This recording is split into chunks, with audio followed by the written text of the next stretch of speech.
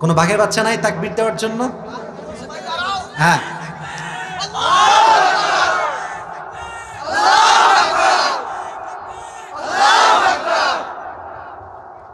সর্বনাশ, ও লাইভ করতেছে আর তাকবীর দিতেছে, দেখাচ্ছে যে ভাই আমি কিন্তু আছি। আল্লাহকে কবুল করে পড়না, আমিন। নবীজির বউ ছিল কয়টা বলেন এবার? নবীজির বউ, এই তো মাশাআল্লাহ, কয়টা? আর একটি প্রশ্ন, এগুলো আপনাদেরকে নলেজ দেওয়ার জন্য না, আপনারা সবাই জানেন মাশাআল্লাহ, আমি জানি। নবীজির ফার্স্ট ওয়াইফের নাম কি ছিল বলতে পারবেন? হুজুররা বললো তো হয়ে গেল ভাই, আপনারও কম। খাদিজা, বলেন নাম কি? রাদিয়াল্লাহু তাআলা আনহা। এবার একটা প্রশ্ন করি, নবীজির একজন স্ত্রী, she was virgin, she was not divorced, তিনি তালাক প্রাপ্ত ছিলেন না, তিনি একদম কুমারী নারী ছিলেন, আয়েশা। মাশাআল্লাহ, নাম কি? আয়েশা। আচরণ দেখেন, আচরণ কাকে বলে, সৌন্দর্য কাকে বলে? আল্লাহ, হাদা কসমি ফিমা আমলিক ওয়ালা তুআখিদনি ফিমা তামলিক ওয়ালা আমলিক।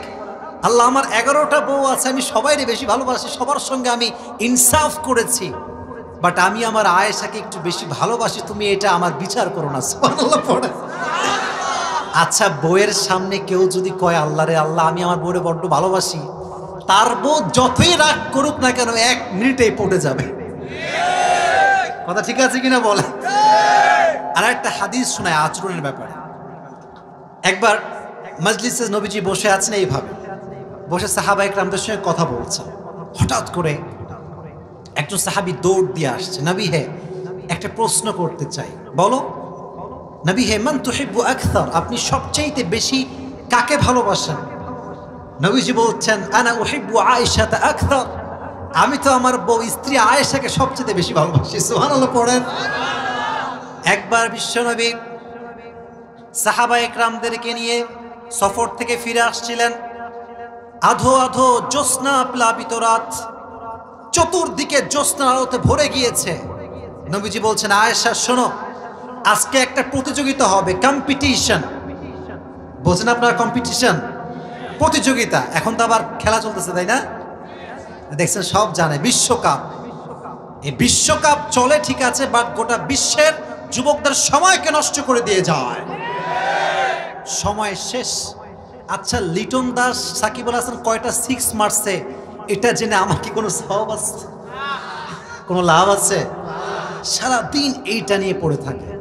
আরে যুবক, তুমি বোঝো না বিষয়গুলো। দেখো, ক্যারিয়ারে যদি ভালো কিছু করতে না পারো, তোমার বউ তোমাকে 2 পয়সা দাম দিবে না, তোমার বাপও তোমাকে 2 পয়সা দাম দিবে না, ঠিক না বলো? সাকিব আল হাসান জীবনে কিছু একটা হয়েছে, তুমি হও, মাথায় রাখবা, তোমার আদর্শ প্রিয় নবী, আর তুমি হবা এমন একজন যুবক যে সবার জন্য একজন অনুসরণের যোগ্য হয়ে থাকতে হবে, ঠিক না বলো? তো নবী বলেন, আয়েশা চলো একটা দৌড় প্রতিযোগিতা করি, কে জিততে পারে। বিশ্বনবী, এই আওয়াজ করো না বাবারা, আহা, স্ত্রীর সঙ্গে দৌড় প্রতিযোগিতা করছে। আচ্ছা, নাম হবে না, থাক। তো 2 জন দৌড়াচ্ছে, কে পারে। যখন খুঁটির কাছে চলে আসছে, নবীজি ঠাস করে দৌড় দিয়ে খুঁটি ধরে ফেলছে। বলছে, আয়েশা, আজ আমি জিতে গেছি, তুমি হেরে গেছো। সুবহানাল্লাহ। এবার আয়েশা হেরে গেছে। আবার আরেকদিন সফর থেকে কাম ব্যাক করছেন। যখন কাম ব্যাক করছেন, এবার আয়েশা বলছে, নবী, এবার আজকে দেখা যাক কে পারে। দেখেন না, এবার আজকে কে পারে। হাদিসে এসেছে, এবার যখন দৌড়াতে শুরু করেছে নবীজি, যখন দৌড়াতে শুরু করেছে, এবার আয়েশা দৌড় দিয়ে গিয়ে খুঁটি ধরে ফেলছে সবার আগে।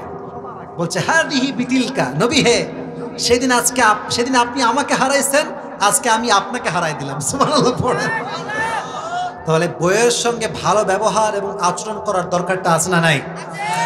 অনেক স্বামী দেখবেন দোকানদারি করে, দোকানদার বুঝেন না, কাস্টমার যখন মহিলা আসে, আপু কি লাগবে বলেন, বসেন। আর আমরা গেলে, ভাই নিলে নেন, না নিলে জানতো, ঠিক কিনা বলেন যুবক ভাইয়েরা? বাহিরের ভাবির সঙ্গে ভাবি ভুলেই গেলেন, খবরই নেন না, ভাবি আমাকে ভুলে গেলেন। আর যখন বউ কল দেয়, তোর কাজ কাম নাই, খালি রান্না কর, আমি আসতেছি খাওয়ার জন্য, ঠিক কিনা? পৃথিবীতে সবচাইতে জঘন্য পুরুষ হচ্ছে সেই পুরুষ যে পুরুষ তার বউয়ের সঙ্গে ভালো ব্যবহার করতে পারে না। আর পৃথিবীতে সবচাইতে উত্তম পুরুষ হচ্ছে সেই পুরুষ যে পুরুষ তার বউয়ের সঙ্গে ভালো ব্যবহার করে। ঠিক না বলেন? ভালো ব্যবহার করতে হবে। পারবেন তো ইনশাআল্লাহ? এবার আর একটা প্রশ্ন আপনাদের সামনে সবার জন্য করি। বলেন তো, নবীজির দুইজন নাতি ছিল, আবার বলেন তারা কোথায় সর্দার হবে? বলেন না কোথায়, কাদের সর্দার হবে? সুবহানাল্লাহ পড়তে পারলেন না?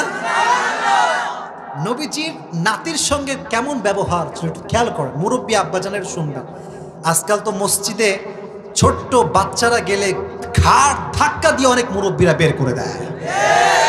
এরকম লোক আমাদের সমাজে আছে না নাই? বিশ্বনবীর আচরণ কেমন ছিল ভালো করে বুঝবেন প্রিয় ভাইয়েরা। হাসান এবং হুসাইন যখন ছোট্ট বাবু, ছোট্ট শিশু, ঈদের দিন আসে নবীজি ফাতেমার ঘরে আসতেন, এসে বলতেন আইনা লুকা, ফাতেমা আমার দুষ্ট দুইটা বাবু কোথায়, নিয়ে আসো ওদেরকে।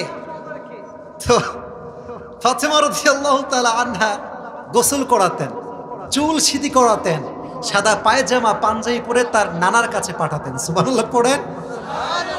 নবীজি আগে আসলেই স্যালুট সালাম দিতেন, আসসালামু আলাইকুম, উত্তর নেওয়া হতো। নবীজি বলতেন হাসান তোমার হাত দাও। আমার কথা কি বিরক্ত হচ্ছেন আপনারা? কথা ঠিক আছে তো? এই হাতটা ধরে এই দেখেন আমার দিকে, আমার দিকে চুমু দিতেন। সুবহানাল্লাহ পড়েন। নাতির সঙ্গে ভালোবাসা, নাতির সঙ্গে আচরণ। তো আমার দিকে এবার কিন্তু আমি একটু অভিনয় করব বোঝাবার স্বার্থে হাদিসগুলো। নবীজি বলতেন হাসান তুমি এ পাশে, হুসাইন তুমি এ পাশে আসো। দেখবেন যে মাঝে মাঝে আমরা ঘোড়া হয়ে যাই, ঘোড়া, আর পিঠে বাচ্চাদেরকে উঠাই। কথা ঠিক আছে না? বিশ্ব প্যারা নবী, যাকে বলা হয় রাহমাতুল লিল আলামিন। আমার দিকে তাকান, উনি ঠিক এইভাবে হাত রাখতেন মাটিতে, জমিনে, পিঠ ঘোড়ার মতো করতেন। বলতো হাসান তুমি আমার এখানে বসো, হুসাইন তুমি আমার পিঠে বসো। সুবহানাল্লাহ পড়েন। একদিন বিশ্বনবী হাসান এবং হুসাইনকে এনে ঘরের মধ্যে ঘুরছেন। নবীজি ঘোড়ার মতো হয়ে আছেন। হঠাৎ করে একজন সাহাবী, তার নাম হচ্ছে জাবের, ঘরে প্রবেশ করে নবী হে আপনি ঘোড়া হয়ে আছেন? আরে হাসান হোসেনের কি কপাল যে তারা কি সুন্দর ঘোড়া পেয়েছে। তো নবীজি বলছেন আরে জাবের, কপাল শুধু আমার ভালো না, তাদের ব্যাপারে কিছু বলো। তারা তো সেই যুবক যারা সমস্ত যুবকদের জান্নাতের সর্দার হয়ে যাবে। আর এক হাদিসে এসেছে আরব বিশ্বে বাচ্চাদেরকে কাঁধে ওঠানো। আচ্ছা আমার কথা কি বোঝা যায়? একটু বলেন না, বোঝা যায় তো? বাচ্চাদেরকে কাঁধে ওঠানো একটা অপরাধ ছিল। তো একদিন নবীজি আরবের মাটিতে বাচ্চাদেরকে দুই কাঁধে উঠাচ্ছেন, এক কাঁধে হাসান আর এক কাঁধে, বলেন না, এক কাঁধে হাসান আর এক কাঁধে, এমনি হাঁটতেছে ঠ্যাং ঠ্যাং ঠ্যাং করে নাতিদেরকে নিয়ে। হঠাৎ করে একজন বৌদ্ধ লোক, গ্রাম্য লোক দেখে মাথা ঘুরতেছে, আরে বিশ্বনবীর কাঁধে দুইজন বাচ্চা, নবী হে আপনি হাসান এবং হোসেনকে এত বেশি ভালোবাসেন? নবীজি বলছেন আরে পাগল, শুধু আমি ভালোবাসি না, আল্লাহ এদেরকে ভালোবাসে। একবার হাসান এবং হোসেনকে নবীজি ডেকেছেন, ফাতেমাকে ডেকেছেন, বলছে আজকে তোমাদেরকে কুস্তি করাবো। কুস্তি মানে আমরা বুঝি ধরে আছাড় মারা, কুস্তি মানে কিন্তু এইটাও হয় পাঞ্জা লড়া, আছে না? না, তো হাসান বসেছে ডান পাশে, মার দিব তোমাদেরকে খালি উল্টা পাল্টা করবে বাচ্চারা। হাসান ডান পাশে, হুসাইন বাম পাশে। নবীজি বলতে শুরু করো, কে পারে দেখা যাক। তো এবার হাসান এবং হুসাইন পাঞ্জা লড়তেছে। একবার হাসান ফেলায় দেয়, একবার হুসাইন ফেলায় দেয়, কিন্তু পড়ে না, পড়তে গিয়ে আবার উঠে আসে। কিন্তু অবাক করার বিষয় হচ্ছে নবীজি খালি হোসাইনকে বলছে হোসাইন শাবাশ, হোসাইন শাবাশ। তো ফাতেমা বলছে আব্বাজান আমার দুই ছেলে আমার কাছে দুইজনই প্রিয়, আপনি খালি হোসাইনকে কেন শাবাশ দিচ্ছেন? তো বলছে যে হে আমার কলিজার টুকরা মেয়ে, আমার দোষ কোথায়? এখানে স্বয়ং জিব্রাইল বসে আছে, জিব্রাইল হোসাইনকে শাবাশ দিচ্ছে, তাই আমি নবীও হোসাইনকে শাবাশ দিচ্ছি। সুবহানাল্লাহ। আর এক হাদিসে এসেছে একবার নবীজি নামাজে দাঁড়িয়েছেন, নামাজ, সেজদায় গিয়েছেন, কিন্তু সেজদা থেকে আর উঠে না, সেজদায় গিয়ে থেকে গিয়েছে। সাহাবা একরাম ভাবছে নবী মনে মারা গিয়েছে। তো একজন সাহাবী এই যে আমার দিকে তাকান, সেজদা থেকে উঠে এমনি করে তাকাইছে, নবীর আসলে হইলটা কি, মানে প্রথম কাতার থেকে, মসজিদের পাশ থেকে। তো দেখতেছে যে নবী যে উঠছে না, এর কারণটা হচ্ছে নবীজির পিঠে হাসান চড়ে বসে আছে। তো সে ভাবতেছে কি রে, যদি আমি টান দিয়ে নামাই ফেলি তাহলে নবীজি সেজদার থেকে উঠে যাবে। তো যখন সেই সাহাবী পেছন থেকে, নবীজি এখানে দাঁড়িয়ে আছে, সাহাবী প্রথম কাতারে আছে, যখন হাসানকে নামাতে যাবে নবীজি পেছন থেকে তার হাত ধরে বসেছে।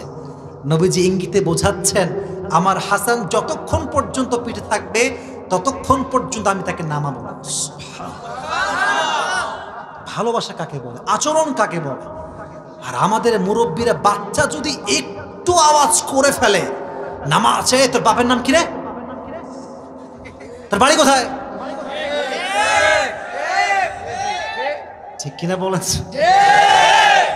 বাচ্চা যখন বের হয়ে যাওয়ার সময় বলে যে ইয়ার মে কভি ভি নেহি আউঙ্গা, এটা আমার শেষ এবং ফাইনাল নামাজ। মাথায় রাখবেন, যেই বাচ্চা আজকে নামাজি সে আগামীতে যুবকদের আদর্শ হিসেবে কাজ করবে।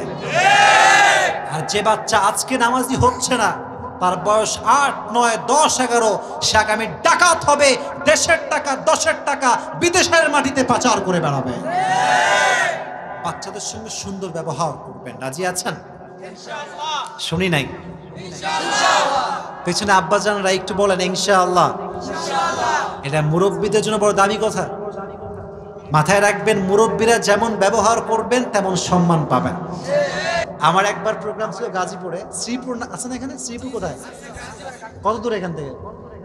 1 ঘন্টা? আচ্ছা 1 ঘন্টা। এটা বদনাম না, এটা ভালো বিষয়, মানে একটু রাগি, গাজীপুরের লোকেরা খুব রাগি আর কি। তো মাহফিলের প্রোগ্রামে যাচ্ছি গাড়ি নিয়ে, সামনে হঠাৎ করে একটা বাস আসছে, সাইড দেয় না, সাইড দেয়ই না। ওই ছেলে যে নিয়ে যাচ্ছে, ও যে কি ভাব আর কি গরম ওর, ও আমার গাড়ি থামাইছে, ওর গাড়িও থামাইছে, কোনো কথা নাই। হুন্ডা থেকে নেমে গিয়ে এমন জোরে একটা বাড়ি দিছে বাসের সামনে সব লুকিং গ্লাস ভেঙে গেছে। আমি তো দেখতেছি সামনে থেকে। পরে বললাম কি হয়েছে তোমার, এত রাগ কেন? বলে হুজুর, যে হুজুরকে সম্মান করতে পারে তাকে আমি সম্মান করতে পারবো না। রাগ, প্রচুর রাগ। তো এত রাগ আবার ঠিক না। বিনয়ী হয়ে থাকবেন, ভালোবাসা নিয়ে থাকবেন, সম্মান বাড়ায় দিবে কে? এই যে আমাদের কমিটি বৃন্দ, আমি একটা ফিডব্যাক দিচ্ছি, কোনো একটা বিষয় একটু ভুল বোঝাবুঝি হয়েছে, বাট আমি একটা বিষয় অবাক হলাম যে কোনো বাজে ব্যবহার নাই। যে ভাই প্রোগ্রাম নিয়েছে, আমার সঙ্গে ভিডিও কলে কথা বলেছে, মানে এই পর্যন্ত আলহামদুলিল্লাহ আল্লাহকে সাক্ষী রেখে বলতে পারবো একটা টু শব্দ বাজে ব্যবহার করে না। এর মানে গাজীপুরের সন্তানরা ভদ্র পরিবারের সন্তানেরা।